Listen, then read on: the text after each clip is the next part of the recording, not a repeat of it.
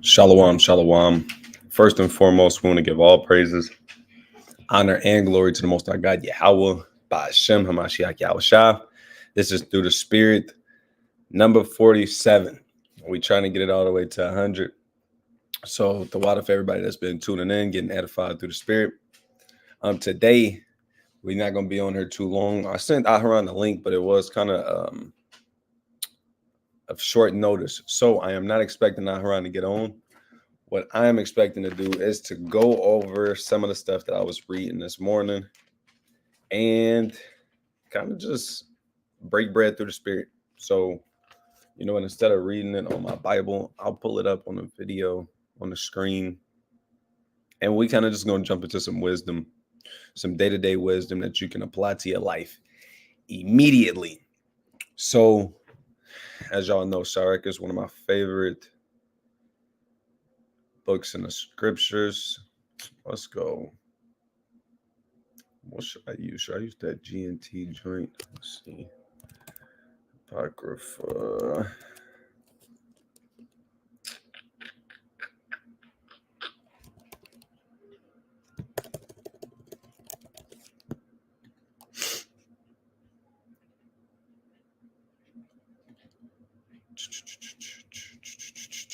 Bear with me, man. I'm getting it already.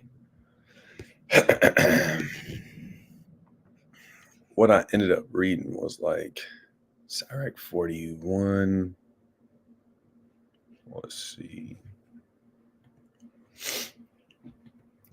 Let's get it. So the book of Sirach, man, I already said it's one of my favorites. It's some recent wisdom. If you don't know, Sirach, this whole book was finished being compiled in the time of the Greeks. So it's not as far back as Solomon's. So this is pretty recent wisdom. You know what I'm saying? Pretty recent. You know what I'm saying? So I'm going to go to, let's pull up this now. We got War ready. Where? Shalom. I never seen you before in here, but it's good to have you, man. Let's pull up this screen. So y'all know, man, most of the videos that me and Aharon do, they pretty chill. You know what I'm saying? Pretty light.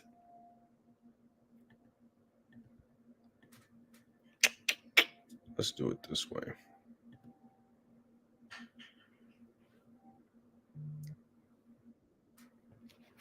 Okay, Aharon did end up jumping on.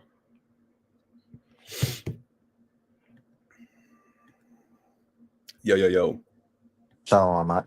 Shalom. Man, I'm surprised you jumped on so quick. I was just telling them how I wasn't expecting you to jump on because I noticed you on short notice. But glad to have you. So my plan is just to go over kind of what I was reading earlier today. And what I read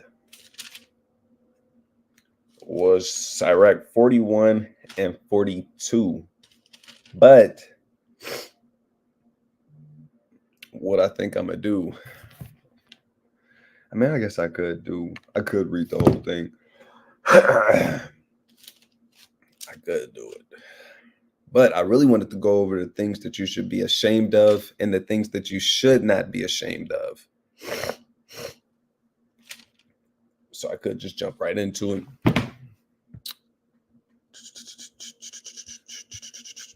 But I'm going to go ahead and start from 41, verse 1. And you already know how we rock, man. Whatever you want to jump in. And if we, you know, through the Spirit want to touch on something else, that's cool too. So I already opened up. This is the book of Sirach, chapter 41 and verse 1. It says, death. I'm going to take it out of the GNT. I actually want the KJV. It says, O death, how bitter is the remembrance of thee to a man that liveth at rest in his possessions. How unto the man that hath nothing to vex him, and that have prosperity in all things. Yea, unto him that is yet able to receive meat. So it's saying death, nobody wants to die if they, they at peace in their life. They don't have nothing that's really bothering them. They don't have financial problems. Their body's in good shape. They have a lot of possessions. They might have multiple vehicles. Death, they not, it's bitter to think about that. That's what this first line says. It says, "Oh death, how bitter is the remembrance of thee to a man that liveth at rest in his possessions."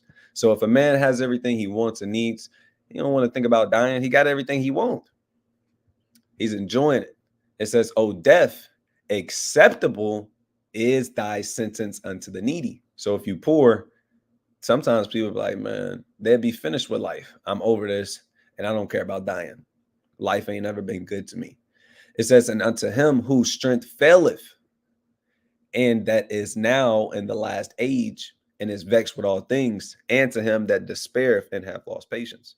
So, on the contrariwise, death is accepted whenever your strength faileth, you in the last part of your age, the latter part of your years on earth, arthritis, you can barely move, you always need help for everything, you can't defend for yourself, you poor, you don't have any money, you always stressing financially, and your body's deteriorating. You're going to be ready for death at that point.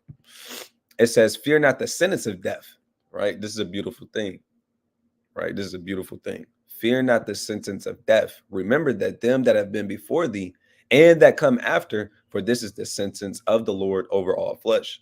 So no matter who you are, whether the people that came before you, the people that comes after you, remember that the sentence of death is over everyone. At some point, everyone is going to die. That is, unless you are alive on earth upon the Lord's return, and you are one of those few people out of all of the generations who don't see death, right? It says, "And why art thou against the pleasure of the Most High?" Mind you, this is how the Most High God set it up.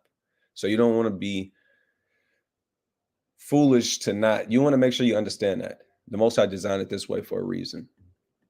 There is no inquisition in the grave. If you don't know what inquisition is inquisition is when you question or you search out something, right? You don't have that in the grave. It says, "Whether thou have lived 10 or 100 or 1,000 years." So no matter how much you lived on earth, there's no inquisition in the grave. There's no searching. There's no searching things out. It says, "The children of sinners." When you read the book of Job, like chapter 23, I actually glanced over that this morning too. You'll see how things work in the spirit world once you die. I'm not gonna go into it because I want to read this. So it says, "The children of sinners are abominable children, and they that are conversant in the dwelling of the ungodly."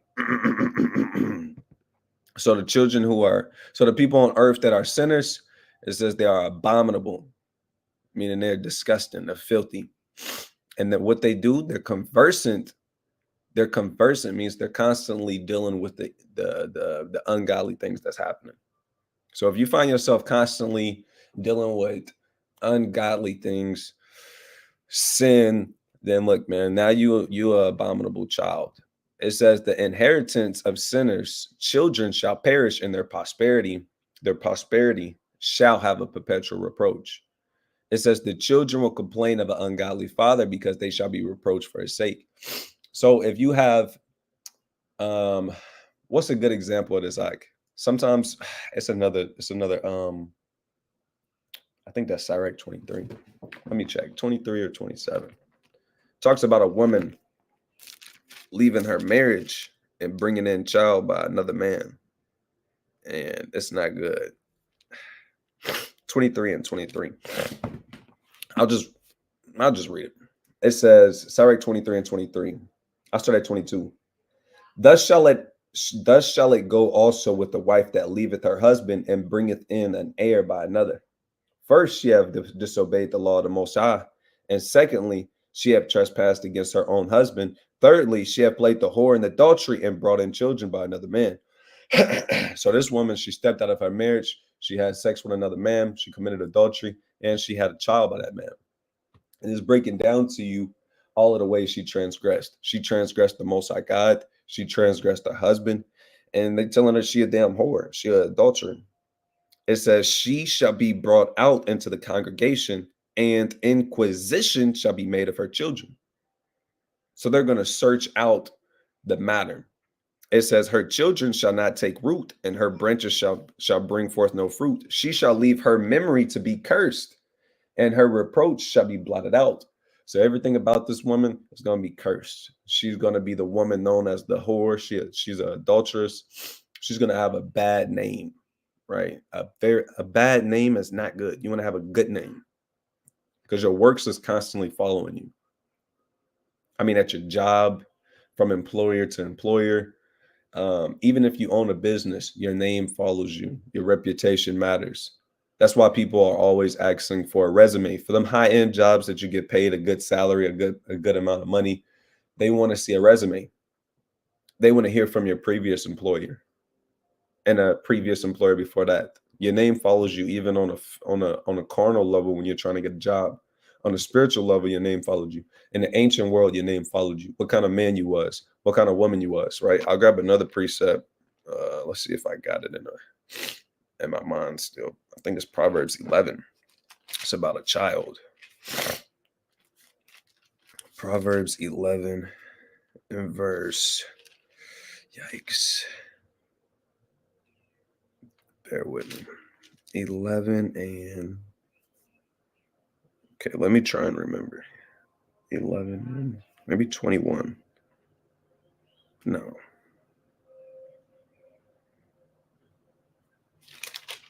Okay, at this point, I'm going to just type it in.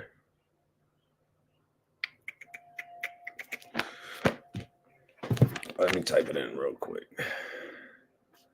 A child.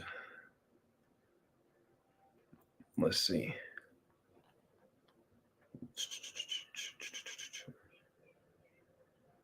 Okay, it's not chapter 11. It's chapter 20 and 11. Proverbs 20 and verse 11.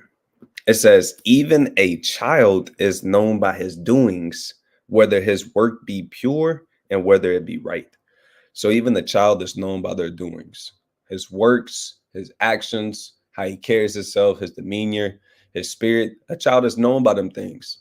His works and his behavior follow him. So the same thing is going to happen. I mean, there's many applications to this. There's different levels to this. You know what I'm saying? I was just talking to Soldier Malachi about this. Your works follow you. Your works follow you. And your works follow you. We got Zion, Shalom King. We got Hebrew Dollar, Shalom. So I just wanted to check the chat and see what's going on. Okay, jumping back in it. So it says, man, let's see. I was still in that Sirach 23. There's more on it. It says she would be cursed and her reproach shall be blotted out. It says, and her reproach shall not be blotted out. So she's constantly going to have this reproach following her. It's always going to be on her record, so to say, that she's an adulteress. No matter where you go, that's going to follow you. It says, and they that remain shall know that there is nothing better than the fear of the Lord, and that there is nothing sweeter than to take heed unto the commandment of the Lord. It is great glory to follow the Lord, and to be received of him is long life. So she is going to be made an example. Everybody is going to look down and frown upon this woman, right? Mind you, these marriage situations can get very sticky, very sticky. So it says the children will complain of an ungodly father because they shall be reproached for his sake. So I just wanted to grab an example of how what your parents do, it can trickle down to the children, obviously. And nowadays you got something called like I heard what's that them freaky sites, OnlyFans, right? A lot of these women are on OnlyFans or on these other freaky sites. And these children are going to grow up and go to school, and these things, these secrets that their parents or their mothers or that their fathers was doing, it can have a big effect on the child. It can have a big effect on the child. You can be reproached because of something your father done. If your father is a fool, or if he is a known liar or a known thief around the city, or he got a bad reputation, other people his age are not going to want their children to hang out with you because of who your father is. he could be the reason why you miss out on certain opportunities, right? So I'll keep going. It says, woe be unto you, ungodly men, which have forsaken the law of the Most High God. For if ye increase, it shall be to your destruction. So this is a real thing. You'll see wicked people increase, wax wealthy and rich, have money. But how they got it, they had to break God's law, statutes, and commandments. So when it's all said and done, it's going to be to your own destruction. We know that the Most High God is great and terrible. He'll give you over to your own lust. He'll give you over to your own appetite, to your own greed. He'll give you over to that. We got multiple scriptures. Romans chapter 1, is a good example. With men wanting to lay down with other men. If you burning in your lust so bad to go lay down with another man and commit that sin against the Most High, you know what? He'll give you over to a reprobate mind. You will never be able to bounce back when the Lord do that. It says, and if you be born, you shall be born to a curse. And if you die, a curse shall be your portion. All they that are of the earth shall turn to earth again, so the ungodly shall go from a curse to destruction. The mourning of men is about their bodies, but an ill name of sinners shall be blotted out. Have regard to thy name. This is a good one right there. Have regard to thy name, for that shall continue with thee above 1,000 great treasures of gold. So it's important to have a good name. All right, I'm gonna put a good precept on that. That's a good one. We got multiple good ones, but I'll grab this one. Proverbs 22:1. It says, a good name is rather to be chosen than great riches. A good name is better than great riches. It says, and loving favor rather than silver and gold. I would love to have a good name and favor with the Most High than having riches and gold. A lot of times, people will say, it's not what you know, it's who you know. It's who you know. And you got to have a good name to get into some of these doors. Sometimes money can't open certain doors that having a good name can have. Money don't impress everybody. Money can't buy you every single thing, So having a good name, just having a good name is important because that's going to follow you forever. It says a good life have but few days, but a good name endure forever. That's hot. That's hot right there. I'm going to read that again. A good life have but a few days, but a good name endure forever. You know what I'm saying? You could live for 100 years. The Most High God will still say you only live for a few days. But if you lived 50 years and you waxed mighty in them 50 years and you had a good name, you left behind a notable example, I mean, your name will be documented in history. You'll go down in history. And it'll endure forever, like our forefathers. You know how many people know or heard about David, son of Jesse? You know how many people heard about Noah? You know how many people know about Abraham? How many people know about Hamashiach? How many people know about Peter? How many people know about Enoch? How many people know about these prophets, man? They name endure forever. It says, my children, keep discipline and peace, for wisdom that is hid and the treasure that is not seen. What profit is in them both? I actually want to read that in the GNT for myself. I was supposed to do that earlier. My children, do as I teach you and live in peace. Wisdom that is not expressed is like a treasure that has been hidden. Both are useless. I'm familiar with verse 15, but I wanted to see what this part said right there. My children, do as I teach you and live at peace. That's hot. Do what the Most High God say and you'll have some peace. That's real simple cut. I like that one. So back to 14. It says, my children, keep discipline in peace, for wisdom that is hid and the treasure that is not seen. What profit is in them both? So what profit can you have in having wisdom that is hid or that you're not using? Let's say you got this man who's very smart. It doesn't profit you if you can't apply it or if you're not using it. Or what profit does having a whole bunch of treasure or having a whole bunch of money that you never use, that you're never going to use, profit you? It says, a man that hideth his foolishness is better than a man that hideth his wisdom. So if you got two men, you got one man, he not that smart, he actually stupid. He dumb, he foolish. If he hides that, that is going to be accounted as good. Let's say that he has a problem with talking too much around older men. He always want to talk around his mouth. It's good for that man to shut up and hide his foolishness. Vice versa, comparing it to a man who has an abundance of wisdom and knowledge, but he always, putting it up somewhere, hiding it, not expounding on dark sentences, not breaking bread with his brothers, or he too shy to talk. It's better to be the foolish man. You know what I'm saying? That's better to be the foolish man and hide your folly than to be a Like, wise man and you always hiding your wisdom. Right. So that's a good precept.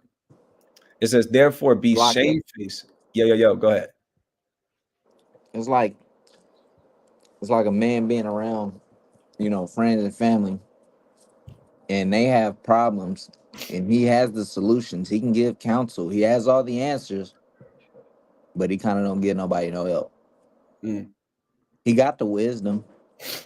He got the understanding behind why these things are happening, but he kind of just don't say nothing and let everybody go through stuff. That's madness.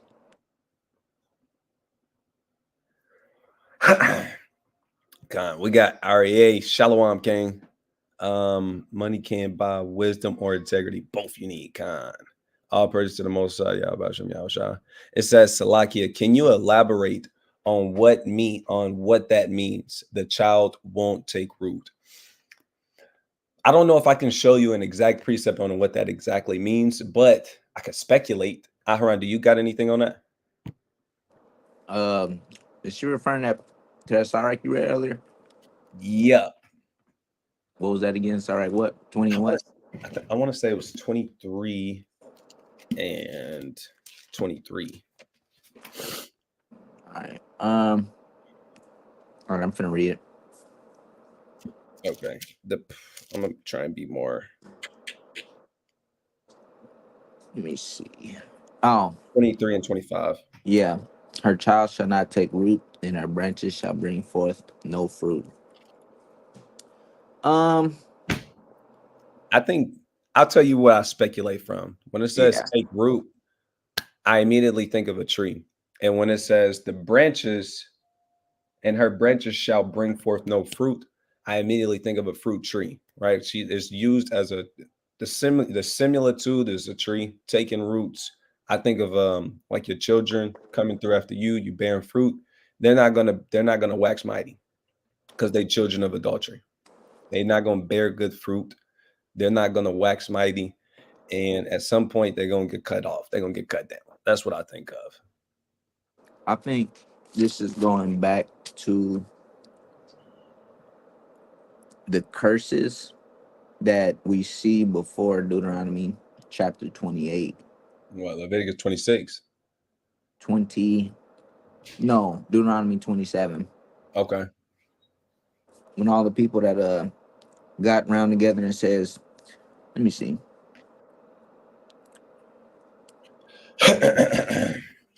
Um, I can't find the exact precept I want right now, but I can start off right here.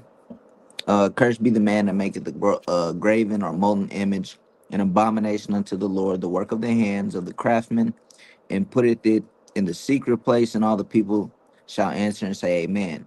And it says, Cursed be he that setteth light by his father or his mother, and all the people shall say, Amen. Cursed be he that removeth his neighbor's landmark, and all. So basically, it's just an amalgamation of all these curses. And in verse 26, it says, Cursed be he that confirmeth not all the words of this law, and do them, and all the people shall say, Amen. So I believe this was what Sirach is going into was one of the curses that was upon the woman that committed adultery. Um, Great chances are her child won't end up being anything. He's not gonna make a name for himself, or he's gonna die. Child may die in labor, you name it. But I believe it's going back to the curses that was put on her for committing adultery. That's all I got on it. Yeah, that's about where I was at too. Because and like for us to pinpoint to say exactly what's going to happen to that child, I don't know a scripture that in depthly says this is going to happen, you know. So I just know it's not good, obviously. So where was I? I was in Sirach 41. We read 15. Now we get into the part that I really enjoyed. I like wisdom because I liked the book of Sirach because it's a lot of gems in here. It's a lot of wisdom that you can immediately apply to your life. You know what I'm saying? You can immediately start operating in. It's not like a prophecy. This is not the down talk of prophecy or to say prophecies are not better than wisdom. I'm not saying that. But like a prophecy, these are things that's going to come to pass in the future. And you got to wait for those things to happen. You know what I'm saying? But even when those things happen, how should you be moving on a day-to-day basis? These are things that you can apply, like no matter what time is going on. It's, you know what I'm saying? So I just enjoy them a lot. Once I started studying the book of Sirach and Proverbs and really just trying to get the wisdom, that's when I noticed my self-development increased. That's when that's when I became wiser. Anyways, Sirach 41:16. Therefore, be shamefaced according to my word. Everybody knows being shamefaced is good. So be shamefaced according to this word, because he's going to break it down. It says, for it is not good to retain all shamefacedness, neither is it altogether approved in everything. So there's a shamefacedness that is not good, for lack of a better term. There's a balance with being shamefaced. So we're going to read about that balance.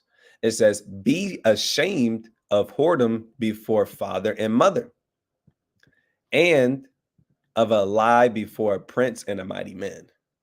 So we know that you're supposed to be shamefaced in general if you being a whoremonger or if you're lying. But he gonna give you the balance and give you more distinctly what's going on. You should definitely be ashamed to be performing these kind of things in front of your father and mother. Why? Because that brings shame to them. It says, and of a lie before a prince and a mighty man. You don't want to lie in front of someone who's mightier than you. It says, of an offense before a judge and ruler. These are things you should be ashamed of. You should be ashamed to offend a judge and a ruler. You got to be on your best behavior. Why do you think your parents that make you like straighten up to a certain extent when you're going into certain places? Or I'll speak on something that our community is good for. When we go in the store, don't act up, don't touch nothing, don't say nothing. Because you're not finna make me look bad in front of everybody. Don't make me, because mom, she don't want to whoop your ass in front of everybody. Don't make me do that though. It says, of iniquity before a congregation and people.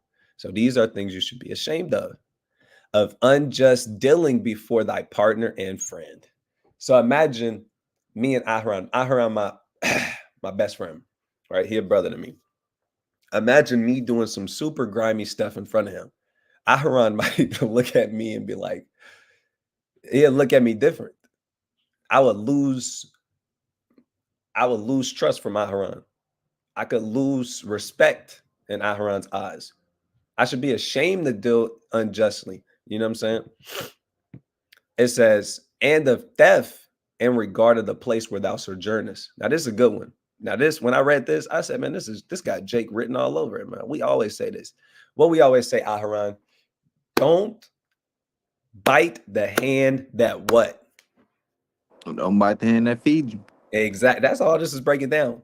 You don't snake the person that's taking care of you, the person that you live amongst. Why are you stealing them? If you steal from anybody, don't steal from where you lay your head. Don't steal from your own community. Don't steal from your own people. If you steal anything, don't do it to them. You see what I'm saying? You don't steal from your brother. You got something? No, sir. Okay. So you should be ashamed to do something like that. You shouldn't even pick your head up if you're stealing from your brother or some place you should join. It says, and and in regard of the truth of God and his covenant. It says, so don't be ashamed of the truth of God and his covenant. Right? So don't be ashamed whenever you got I think I broke that down wrong, actually. It says, and these are the things that you should be ashamed to do. It says, and in regard of the truth of God and his covenant. I don't know about that part. Aharon, what you think about this part? Am I having a brain fart? Let me read it. Because I'm I'm in at, this 16:11. You in verse 18, I'm at 19. The 19, second part. and in Might be death 19. of the place. That threw me off. Let's see what 19 say. Before your neighbors, be ashamed of theft. Be ashamed of breaking a promise. It don't even go to that. Let's see here. Footnotes. I don't know how that's worded. It's kind of tricky with me.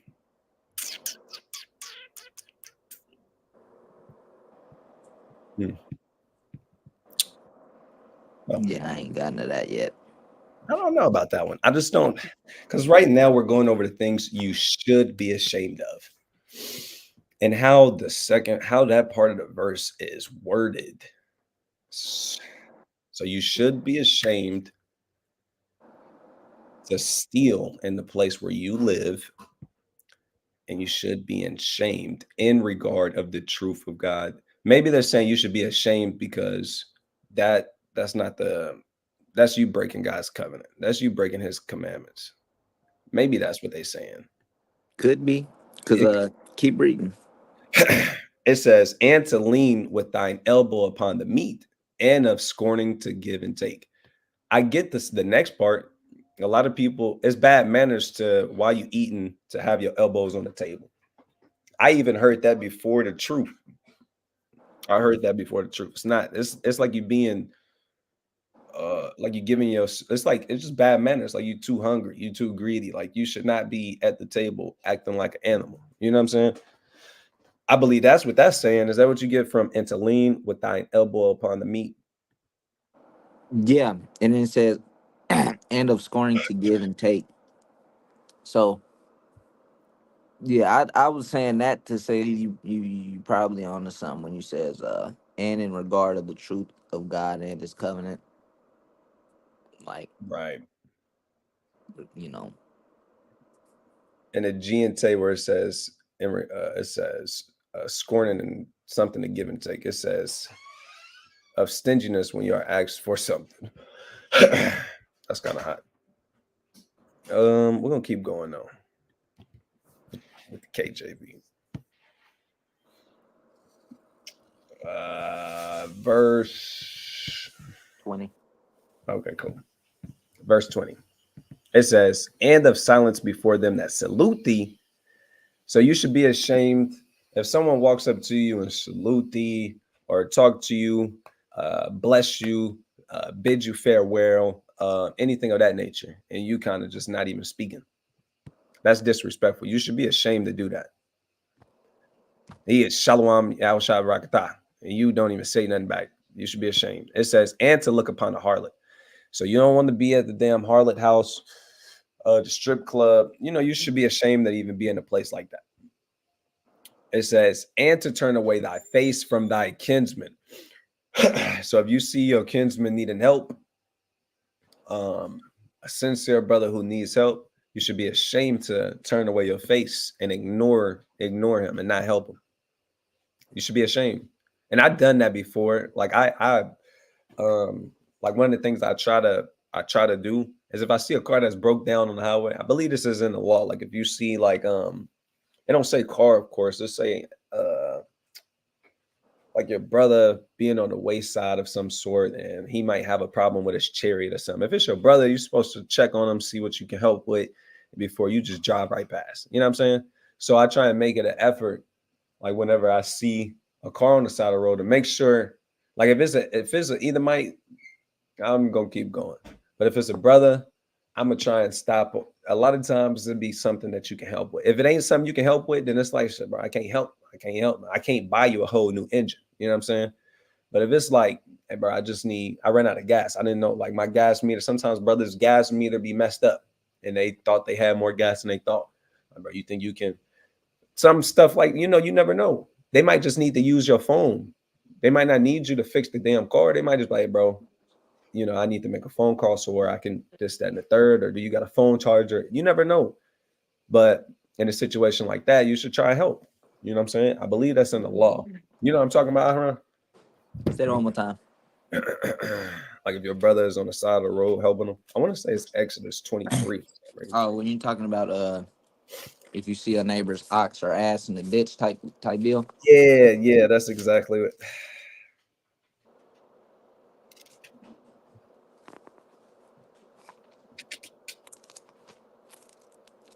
Exodus 23 and 4. I'm gonna read this. It says, if thou meet thy enemy's ox or his ass going astray, thou shalt surely bring it back to him again. Notice it says enemy, that's still your brother though. It says, if thou, this is why people get when they get to Matthew 5 and they see thou hast heard before time, thou shalt hate thine enemy. But then he tells you, now I say unto you, thou shalt love thine enemy. This is your enemy. Your enemy is your brother because you had a variance with him. He might have took you to court. You could have secret smoke with the brother. Anything could have happened. You know what I'm saying? Because, you got situations with your brothers. But when it comes to still loving your brother, you still got to love him. You see his ox going astray, you still help. You still grab his ox up. You bring it back to him. Verse 5, it says, if thou see the ass of him that hateth thee lying under his burden and wouldest forbear to help him, thou shalt surely help him. So if you see his ass under a burden or stuck or, he fell into a ditch or something of that nature, you still need to help your brother, even if you don't like him. That's what's supposed to go on. So, nowadays you're not going, what's the chances of you riding on the highway and you see your brother having the ass and this, he rolled his ankle? That's not going to happen. So you got to kind of understand that there's still applications of the scripture. The main thing is if you see a brother in his possession having a problem, even though it might be inconvenient, you still should pull over and try to help him and check on him. You know what I'm saying? You might not be able to, but you might be able to. You want to say something? No. God, it says 21, it says, or to take away a portion or a gift or to gaze on another man's wife. So, brothers, this is very important.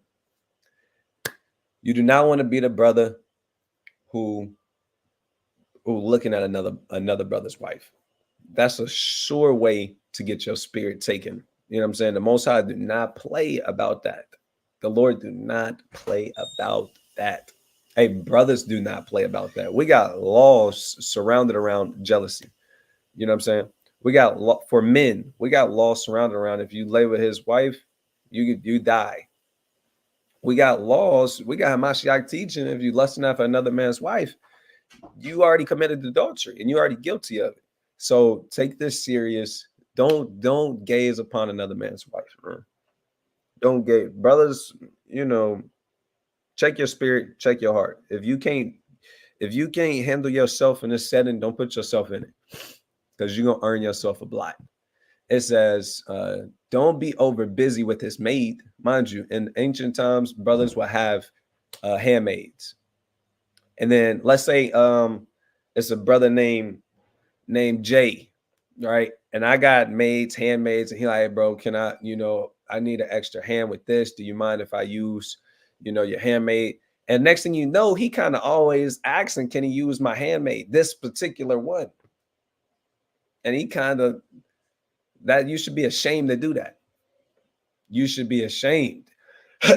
Don't make yourself over busy with his maid. It says, and come not near her bed. Brother kind of always asking for your handmaid. I heard what you gonna do if Jay always asking you for, your handmaid. Nah, brother's kind of getting weird, man. You know what I'm saying? Crushing He kind of chilling by her bed, and he kind of, knocking the flakes off her bed. What are you doing, dog? You get out of here. Yo, he kind of over. He was supposed to come. He used to come over and see you, but now he can't come over and he upstairs or he in the back house talking to the handmaids. It's like, brother, yeah. What's this, dog? Something you want to say? Bro, you kind of helping her with all her chores now. Well, let's. What is this? You should be ashamed. And he kind of, it's at even, and he's still over there. Yeah. It's His a full gaze meet moon. her gaze. Right, and they kind of twirling the butter. Yeah. They kind of they turn into butter, man. They turn into milk in the butter. Oh man. Okay. It says, or of upbraiding speeches before friends. So if you don't know what upbraiding is, like it's kind of going into scorning, like if, and it's a way you scorn somebody, and it's a time, right? So let me look this up to make sure. Scold, not scorn, scold. Find fault with someone. You constantly rebuking, you kind of every little thing they do, you reprove, and you kind of grievous to be around. So me and Aharon, we aware of this. This is how you lose friends. If all you doing is upbraiding, all you doing is reproaching, all you doing is chastising and correcting, that's all you do as a friend, or you get around all of the friends and then you want to call them out in front of everybody every single time. That's all you doing. You should be ashamed. It's gonna cause more problems. I'm gonna grab a preset. If you want to touch on that, jump in there. Nah, you good. Okay. 41:22. I had a precept earlier that I was looking at. Let's see, 22, 20. Bear with me, man.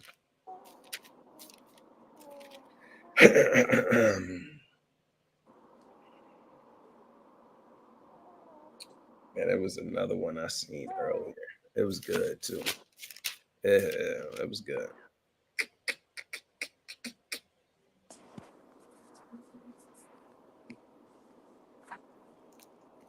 Okay, I think I know this. The book of Sirach, chapter 18 and verse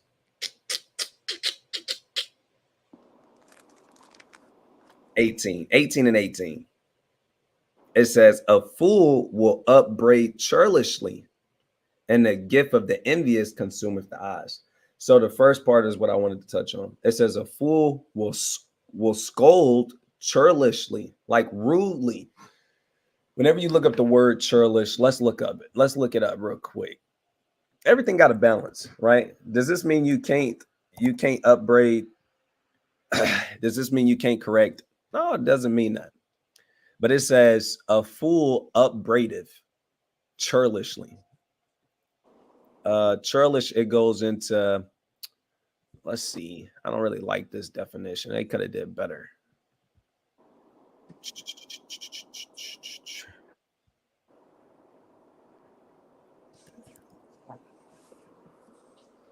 Rude in a mean-spirited and surly way, ill-mannered, discourteous, impolite, unmannerly, ill-tempered, unkind, inconsiderable. You know what I'm saying? So there's a time. Every tool that's in our toolbox, every piece of wisdom that we have in our toolbox, it's a use for it. It's a time to be churlish. You know what I'm saying? It's a time to be rude, and it's effective. It's a time to upbraid, and it's effective. But then you got times where you upbraid and you kind of chastise them, or you kind of rebuke them, and you churlish and you do it in a mean way. It could be unfruitful also. So these tools, know that they're tools, and it's a time and a place. You don't use the damn hammer when you're trying to put a damn lug nut on the damn whatever. And you don't use everything for everything, right? So stop thinking that every tool is universal and it's always going to work in every situation. It don't.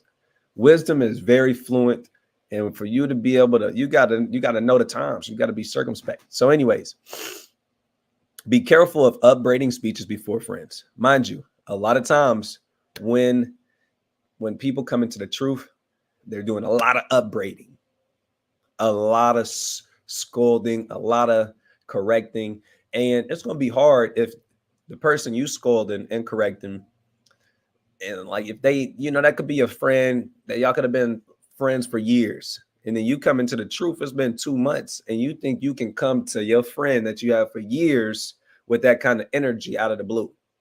It's not really gonna hit their spirit. So you gotta, but when you're on fire and you got that baby fire, that big fire when you're a baby in the truth, you're not gonna be dealing with wisdom like that. You're gonna be on fire. You're gonna be trying to bring it out. You're gonna be trying to teach. You're gonna be trying to correct. You're gonna be trying to show them the scriptures. And you gotta know it's a skill, it's a skill to it, it's a level to it, it's a time for it. It says, and after that has given, upbraid not. So whenever you give to someone, don't scold afterwards, right? I'm gonna go back to Sirach 18 and I'm gonna start at verse 15. It says, my son, mind you, we read in Sirach 41, we have verse 22, but I'm putting the precept on it in Sirach 18 and verse 15, just because I know I'm moving at a fast speed. It says, my son, blemish not thy good deeds. How do you blemish a good deed? Well, he's gonna tell you, neither use uncomfortable words when thou givest anything. So if you're doing a good deed or a good work, you can blemish it all by being kind of weird, by upbraiding, by not using good words, by like, like, I hate doing stuff for you. Like, there's everything, like you can blemish certain things. Now we know it's a balance to that too.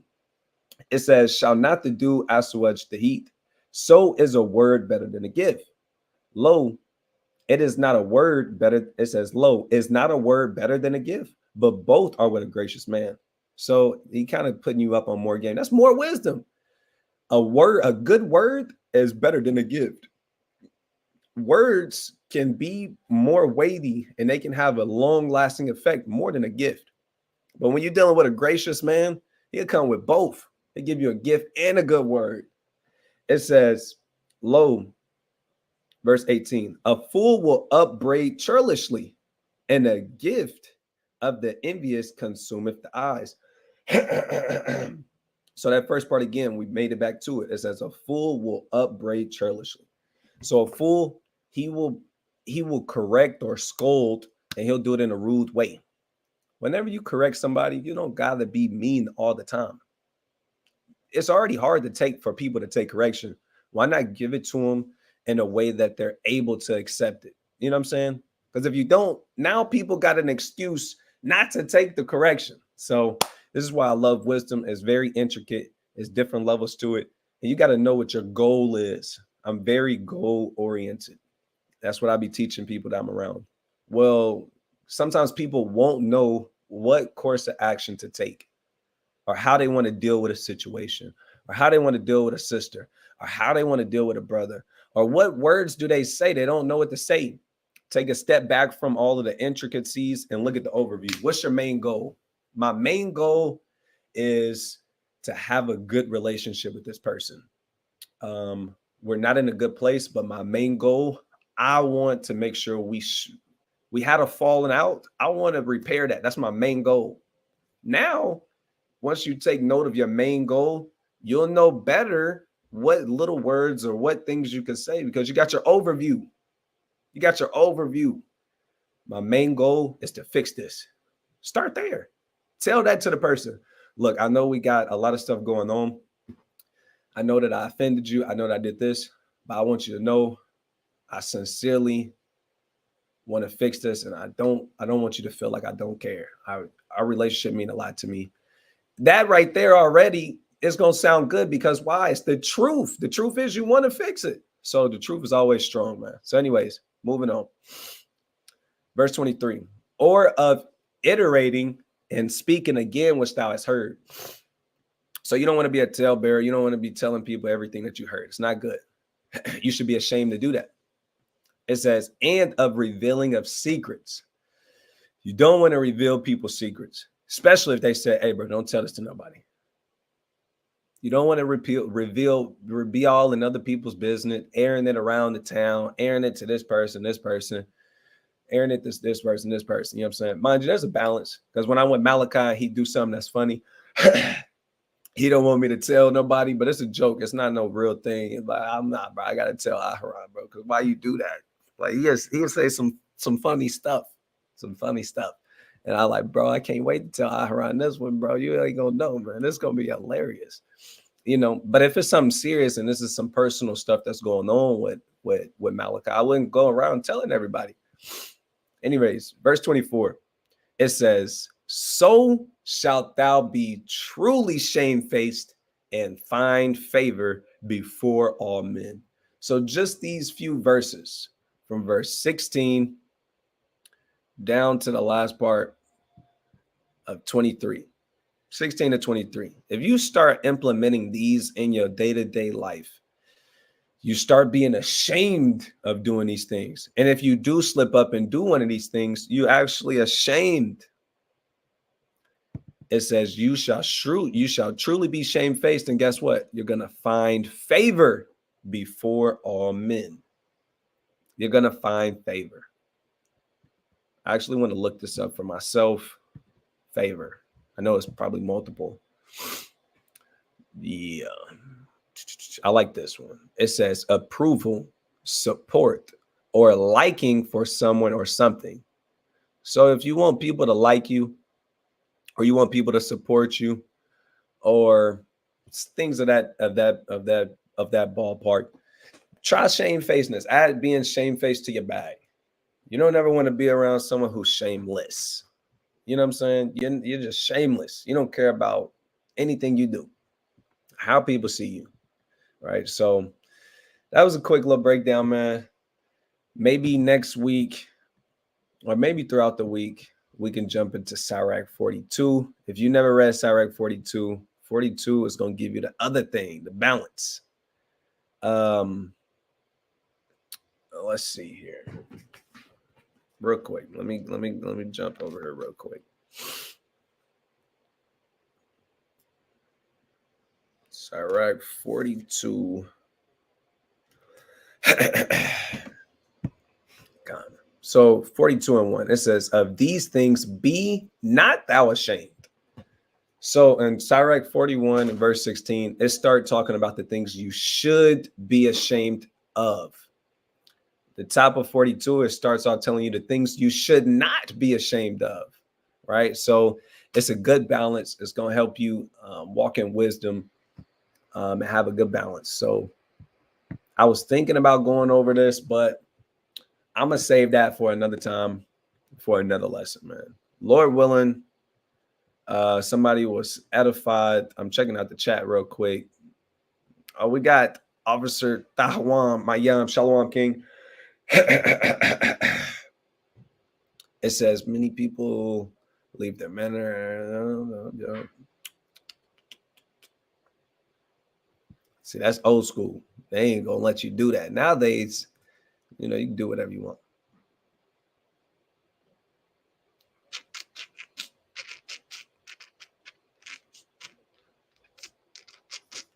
Right? Hit the like button, man. I ain't gonna lie to you. Our videos used to get way more views. I guess we was a more fiery camp at one point. We was more riled up too. But I'm not gonna blame it all on us. I'm gonna say that the algorithm don't like us also. So yeah, hit the like button. It's free. Like it, man. We need other people to come into the truth, come across videos, and grow and wax mighty. So we get the hell out of here. So, all right, you got anything else? No, sir. All right, Con.